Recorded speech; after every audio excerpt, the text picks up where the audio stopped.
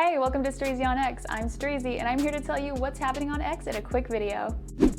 Alright, so major trends this Monday morning, February 26th, we had the hashtag WhereIsWendyWilliams. That's the name of the documentary put out by Lifetime to show us why Wendy Williams seemed to just leave her show and then disappear. We found that she's been through a lot of troubles with alcohol, hospitalizations, things like that, and at some point had to be put under a guardianship. But apparently her guardian stole all of her money, she had no food in her fridge, and just the people around her have not been good to her or taken care of her properly. You can see the two-part documentary on Lifetime. And in case you missed it, Cam Newton got involved in a little scuffle at a youth football tournament in Atlanta. He seemed to be stationed under a tent, but we don't see how the fight starts. There's a clip of supposedly one of the men involved talking a little smack beforehand, but we do know that Cam handles the entire group of men on his own and comes out completely unscathed. It's pretty impressive, but also definitely serves as a reminder to anyone feeling a little bit brave and thinking that they can take on an NFL player. The name Aaron Bushnell is trending because a US airman lit himself on fire outside of the Israeli embassy in Washington, D.C. yesterday. In a video, he said he no longer wanted to be complicit in genocide and did this in a ceasefire effort, yelling "Free Palestine" continuously after igniting himself. He live streamed the active protest on Twitch. He was rescued and hospitalized, but the 25-year-old did not make it. We also hear the passing of Jacob Rothschild, as in, yes, the Rothschilds. And I can't say for sure how much I truly know about this family, except I always see them involved in some kind of conspiracy theory and touted as the wealthiest family behind the scenes globally, controlling the banks and such. But when deciding to check some claims, the internet is telling me apparently they're not even like top 25 wealthiest families. At least that's what they're showing us. Also, supposedly they were believed to be the wealthiest back in like the 1800s when they were founding new branches of their banks and expanding internationally. But apparently lost some of their treasures and assets during like World War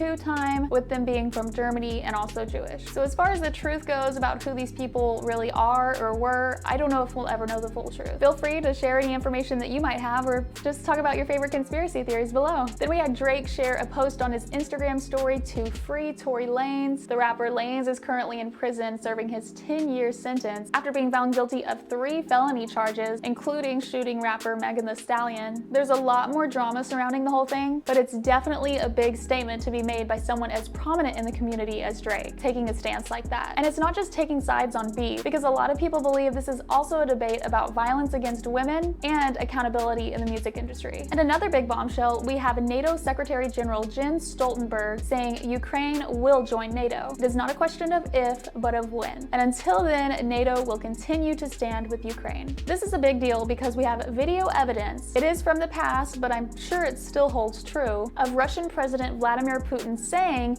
if Ukraine joins NATO, the European countries will automatically be pulled into a war conflict with Russia, and he casually mentions that Russia is one of the leading nuclear states. And if this is executed, you won't even have time to blink your eye, and there will be no winners. And so I haven't seen an official response or statement from President Putin directly after this NATO announcement, which they're not really announcing that like, hey, they're officially joining right now. They're just saying it's probably gonna happen pretty soon. So I don't know about an updated response as far as that goes, because apparently that video is a couple years old, but like I said, he seems to have not really changed on that stance. So what do you think? That's all I have today. Tell me your thoughts on these trends below. Follow for more, and I will see you tomorrow.